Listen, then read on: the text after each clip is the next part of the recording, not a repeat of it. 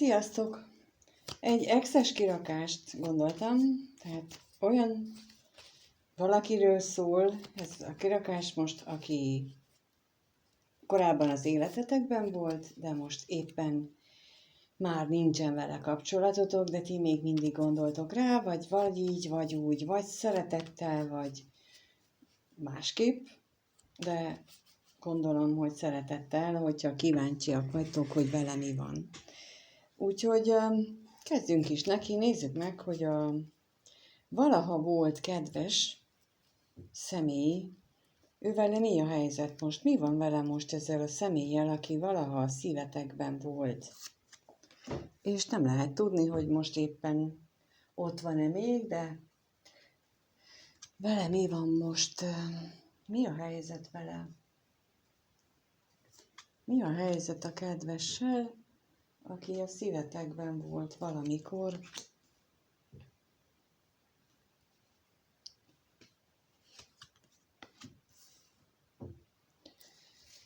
Kijött ugye a féltékenység, katonatiszt, ellenség, szomorúság, veszteség, nagyon rosszul érzi magát. Középen az ellenség lapjával olyan, mint akit állandóan figyelnek, ellenőrzés alatt tartanak, nem mennek jól a dolgai, tele van félelemmel.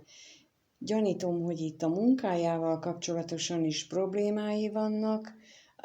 Az is lehet, hogy például azzal kapcsolatosan is ilyen ellenőrzés alatt tartják, tehát, hogy nem azt a munkát csinálhatja, amihez kedve lenne, olyan, mint hogyha oda is be lenne zárva, és borzasztóan le van törve ettől, nagyon szomorú, és valami veszteség is érte. De megkérdezem itt először, hogy mit jelent itt a féltékenység, mi az, amitől ő fél, vagy ki az, amitől ő fél, miért van itt ez a féltékenység.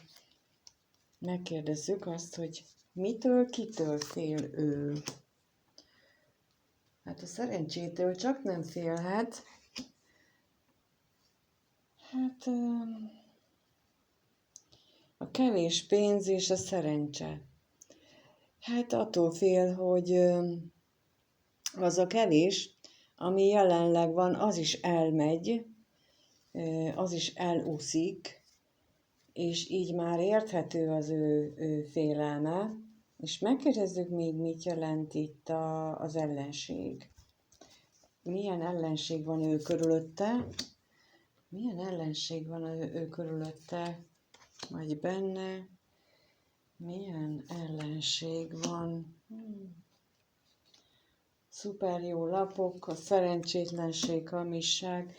Hát igen, bizony, otthon, az ő otthonában, ahol ő van, mert hogy kijött rá ugye a reménység, a szerencsétlenség, a hamisság és a házlapja, tehát ahol ő van, ott valami nagyon-nagyon félrement, nagyon sok ármány, hazudozás van, reményei sincsenek tulajdonképpen a jelenlegi helyzetből kivezető útra vonatkozólag, de nagyon nem jól állnak itt a lapok. Megnézzük még, hogy mit jelent a veszteség. A veszteség mit jelent? Milyen utazás volt? Hoppó. Kijött rá váratlan öröm, az utazás és az állandóság, és ebből nekem most az jön, hogy neki volt egy lehetősége, egy szuper jó lehetőség, ami nagy stabilitást ígért, nagyon pozitív jövőképet, de valószínűleg nem élt vele. Mert minden esetre veszteségként éli meg, tehát valami közbe jött neki, vagy ő döntött másképp, vagy ez a lehetőség elúszott, mert nem élt vele időben. Jó, megnézzük akkor, hogy mi körül járnak az ő gondolatai most. Mi az, ami körül az ő gondolatai most járnak? Mi az, ami körül az ő gondolatai most járnak?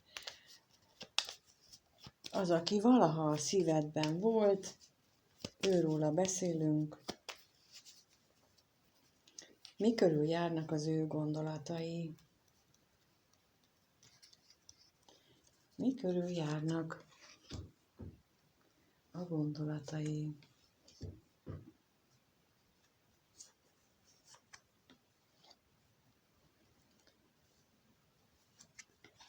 Középen a reménnyel olyan nagy baj nincsen, tehát ha legalább reménykedésen járnak a gondolatai, akkor az jó. Kijött rá a szerencsétlenség, az özvegy férfi, a remény, a gyermek és a tolvaj. És ez azt mondja nekem, hogy történt valami az ő életében, hát majd rákérdezünk, hogy esetleg mi az, amitől nagyon befelé fordult, nagyon magányos, magába fordult, és egy új lehetőség is volt, ami az ő úgy gondolja, hogy volt egy új dologra lehetősége, de az minthogyha meglopták volna, elvették tőle ezt az új lehetőséget. És most úgy gondolja, hogy ő meg lett lopva, meglopottként van, de középen ott van a remény, és ez nagyon jó, hogy ő benne a remény az nem halt ki, de megkérdezzük, mi az a szerencsétlenség.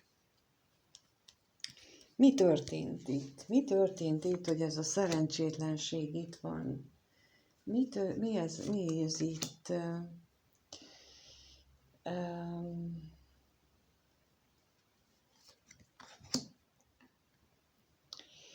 Kijött rá a lelkész az üzenet és a vágylapja, és ez nekem azt mondja, hogy az egy olyan szerencsétlenség történt, hogy vágyott, vagy vágyna vagy vágyott volna egy mély lelki beszélgetésre, és ez nem úgy jött össze, ahogy ő gondolta. Ez alakult valahogyan szerencsétlenül, és emiatt hátat fordított ennek az egésznek, mert nem úgy jött össze. És mit jelent itt a tolvaj? Mit jelent itt? Miért van itt ez a suttyomban elviszek mindent? Hát az ajándék, a féltékenység és a házlapja jött ki. Elképzelhető, mint mondtam, hogy ott a házban neki az előbb is látszott már, hogy ott nem jól mennek a dolgok, és itt ugyanúgy kijön, hogy ott, ahol ő él, ott valahogy fél.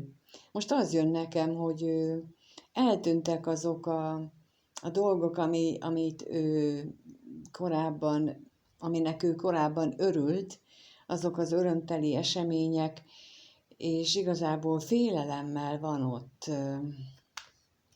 Mitől fél? Még rákérdezek, hátra kapunk. Mi az, amitől ő ott fél? Mi tölti el félelemmel? Mitől fél ő ott? Mitől fél?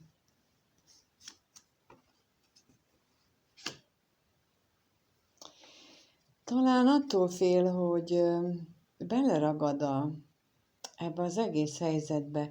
Kijött rá a hűség, a levél és a szerencse. És érdekes mód, ez alapvetően pozitív lap lenne, de így, mint hogy amitől fél, azzal kapcsolatosan nekem most olyan érzésem van, hogy ő azt reméli, hogy ez nem történik meg. Tehát, hogy a mostani jelenlegi helyzet az még rosszabb lesz, és akkor nem tudom, mi történik, de hogy a jelenlegi helyzet még rosszabb lesz, az abban reménykedik. Mert hogy fél attól, hogy jól alakulnak a dolgok, de valószínűleg azért, mert ő ott nagyon rosszul érzi magát. És akkor miben reménykedik? Lássuk, a reményre kérek akkor most.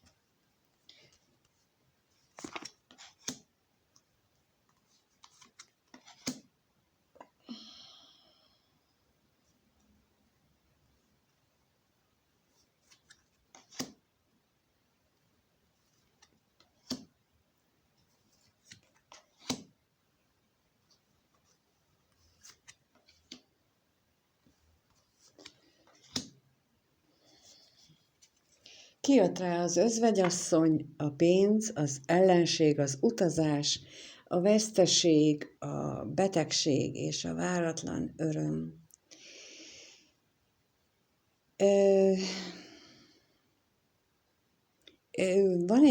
Van egy nő a környezetében, egy nagyon szorosan hozzá kapcsolódó személy, aki nagyon erőteljes, inkább így mondom, és nagyon rossz hatással van rá. És abban reménykedik, hogy ez a nő, ez a kapcsolat, ez a veszteségbe megy, betegségbe alakul, és ez ő neki nagy örömet, hirtelen, váratlan örömet okozna, hogyha ezzel így történne valami. Tehát amit itt mondtam az előbb, hogy attól fél, hogy valami jó történik ott, ahol van, és itt a reményeik között pedig pontosan az jön ki, hogy ő nem akarja, hogy jó történjen. Ő azt akarja, hogy ne történjen.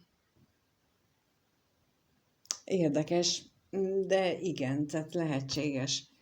Jó, tehát a gondolataiban ezt éli meg, lehet, hogy ezen fantáziágat, hogy akkor milyen lenne, ha ez történne, vagy az történne, de jó, ne történjen. Szóval érdekes, de úgy tűnik, hogy ilyesmi körül járnak a gondolatai. És milyen érzések vannak most benne a jelenlegi helyzetében, abban a szituációban, amiben ő van, milyen érzéseket élő meg, lássuk, milyen érzéseket él ő meg, milyen érzéseket él meg.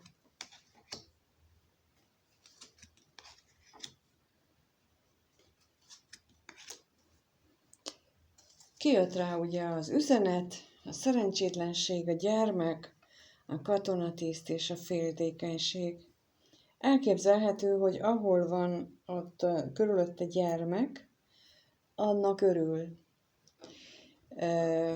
Tehát az jelenti számára pillanatnyilag az örömöt, a boldogságot.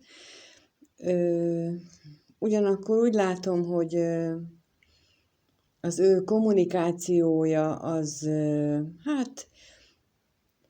hogy úgy mondjam, elég heves, és nem túl kellemes. És akkor ezt így finoman azt fejeztem ki, hogy rengeteget veszekedik, és ez nagyon zavarja. Szerintem már olyan szinten van ez az ingerültség benne, hogy ez már őt magát is zavarja. És az érzéseinél jött ki megint a félelem, tele van félelemmel ez az ember, de itt a katonatisztnél megint a munkát érzem, hogy a munkájával kapcsolatosak ezek a félelmei. De megkérdezem akkor most, hogy a szerencsétlenség az, mit tudhatunk meg róla többet? Miért van itt az érzéseinél a szerencsétlenség?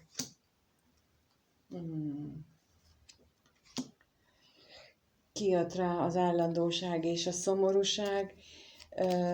Valószínűleg olyan szituációban van, hogy ez már nagyon régóta tart, ez a felpaprikázott állapot, ez a feltüzelt állapot, és ezt ő nagyon nem szereti, ezt így nem szereti. Jó, akkor nézzük azt, hogy miért van itt a félelem, a féltékenység. Mitől, kitől félő? Mitől, kitől félő? Jaj, hát kijött rá a halál és a szerelem, tehát, hogy az érzéseiben a félelem attól, hogy elmúlt egy szerelem. Egy elmúlt szerelem miatti félelmek, féltékenységek vannak benne. De megkérdezem, hogy miért van itt ez a halál és szerelem? Miért? Milyen félelmei, féltékenységei vannak ezzel kapcsolatosan? Miért? Ó, mert rengeteget gondol a múltra. Miért?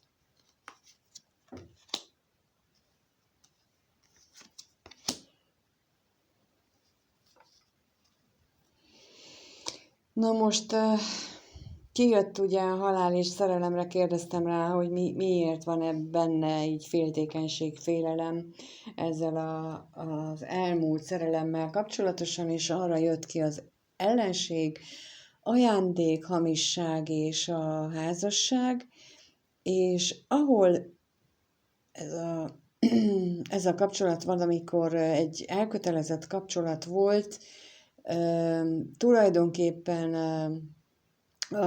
azt mondják a lapok, hogy az hát elég sok sebből vérzett, nem minden volt benne igaz, és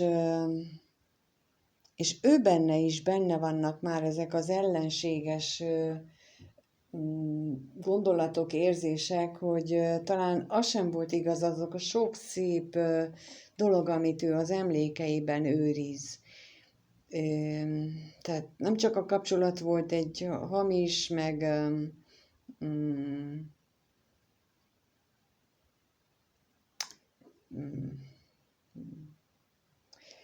de hamis és látszat kapcsolat, hanem talán az érzések, az események sem úgy voltak igazak, ahogyan ő annak idején, vagy hát most visszaemlékszik rá, hogy annak idején hogy történtek.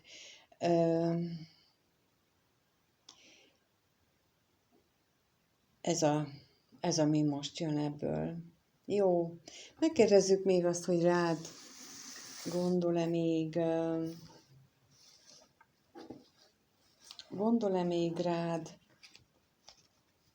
ez a szeretett személy, vagy régen szeretett személy, gondol-e még rád, illetve mit gondol, amikor te az eszébe jutsz, te, aki nézed ezt a kirakást, a valaha szeretett személy, mit gondol ő rólad, ha eszébe jutsz?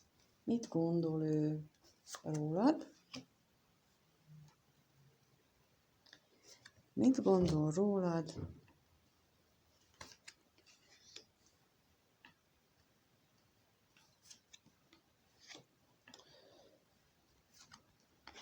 Wow, hát ez gyönyörű. Kijött az ajándék, az állandóság, a szerelem, a látogatás és az üzenet. És ez alapján nekem így kapásból az jön, hogy te egy isteni ajándék vagy a számára, aki megtestesíti a szerelmet, a szenvedélyt, a kommunikációt, tehát maga vagy a tökély, mert ez itt van, a szerelem, a szenvedély, a beszélgetés, és ennyi. Tehát ezt már csak elrontani tudom, ha rákérdezek, mert ez annyira szép, hogyha tényleg így gondol rád, hogy te ez voltál, vagy ez vagy a számára még mindig. A látogatásra rákérdezek azt, hogy még mindig ez vagy a számára, vagy ez csak a múlt idő. És a látogatásra kérek, hogy még mindig ez vagy a számára? Tehát még mindig isteni ajándék vagy a számára? Te még mindig az vagy az ő számára?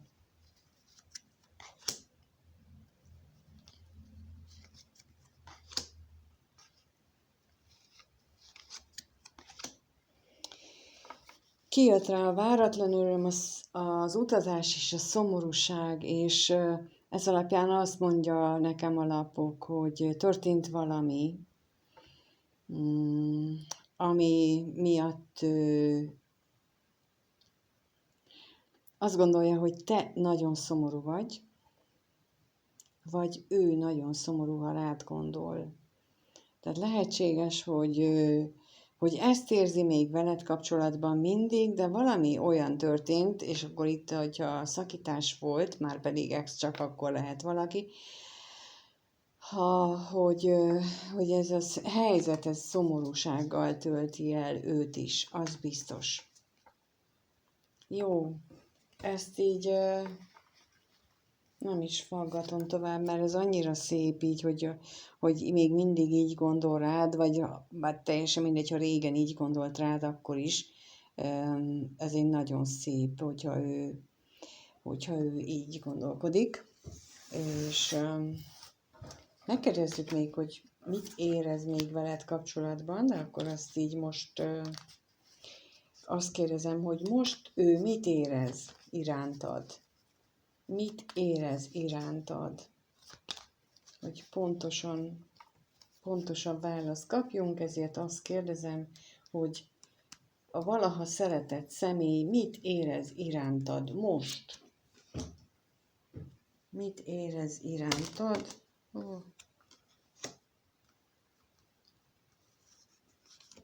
Mit érez irántad a szeretett személyed? A valaha szeretett személy.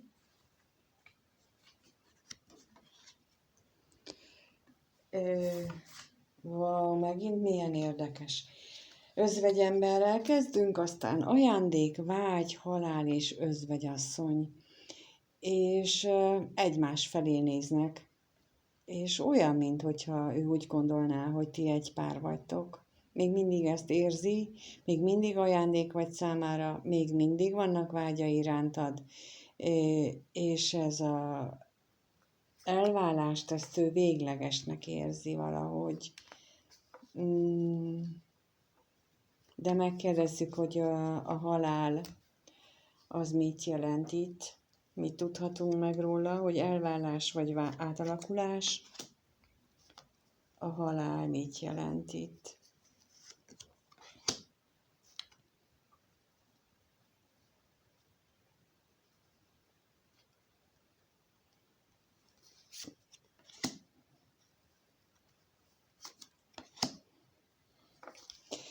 Kijött a félelem, a házasság, a tolvaj és a remény, és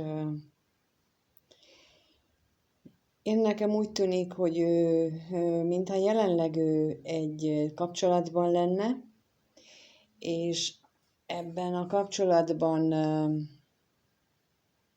lehetséges egyes esetekben, hogy emiatt a kapcsolat miatt szakadt meg a tigetek, és ebben a kapcsolatban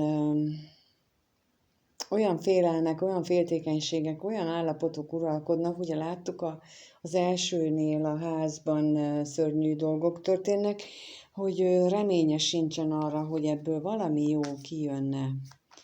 És mit jelent itt az érzéseinél az özvegyasszony? Mit jelent az özvegyasszony az érzéseinél?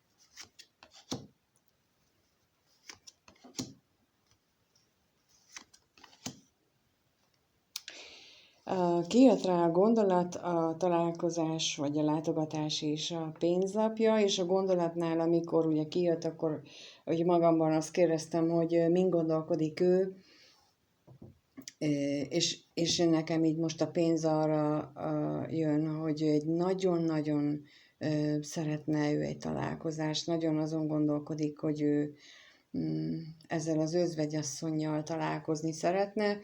Mint mondtam, ő rád, mint a párjára gondol, vagy érez,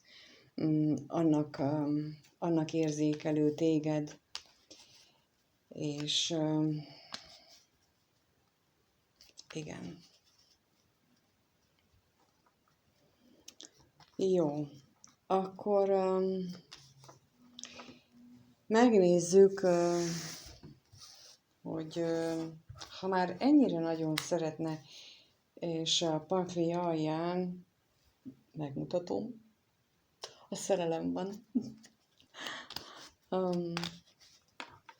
Tehát a titokban azért vannak benne nem kicsit érzések, csak hogy még megkérdezzük azt, hogy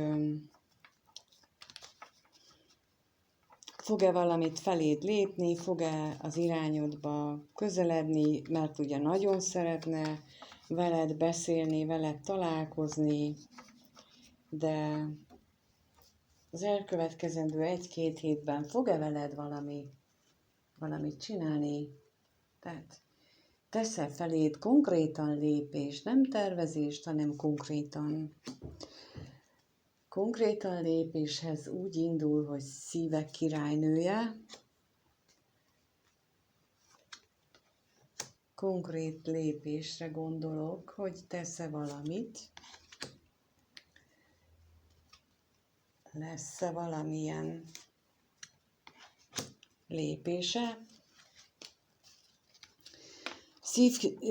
Szerelmes nő, vagy szívkirálynő, ajándék, vágy, ház és tolvaj, és nem. Ezek alapján, vagy ha igen, akkor éjszaka kisúran a házból, ahol lakik, és egy titkos randevúra van esély a következő 1-2 hétben. Esetleg ez még bekövetkezhet, mert ugye nagyon hangsúlyoztam azt, hogy tényleges cselekedet fog-e itt történni. A vágyra kérnék szépen, hogy mire vágyik, szerencsére vágyna.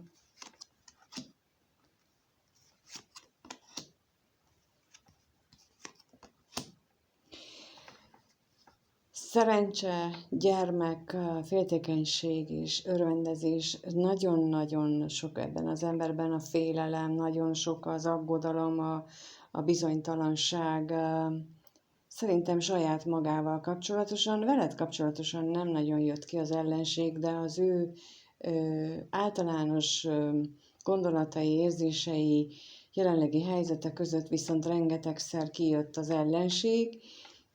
A félelem az mindig, és valószínűleg ez az ellenség, aki benne vagy körülötte van, ez nagyon dominálja azt, hogy félelemben van, fél attól, hogy csak szerencsével jöhet létre ez a találkozás, fél attól, hogy nem sikerül.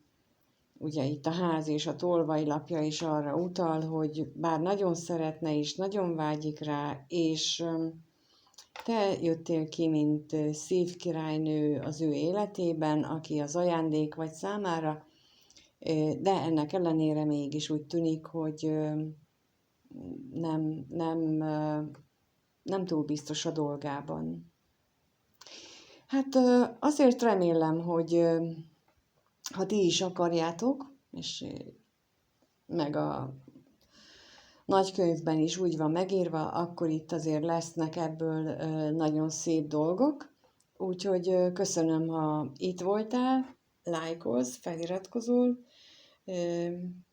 megosztod, és örülök, hogy itt vagy. Minden jót kívánok mindenkinek. Sziasztok!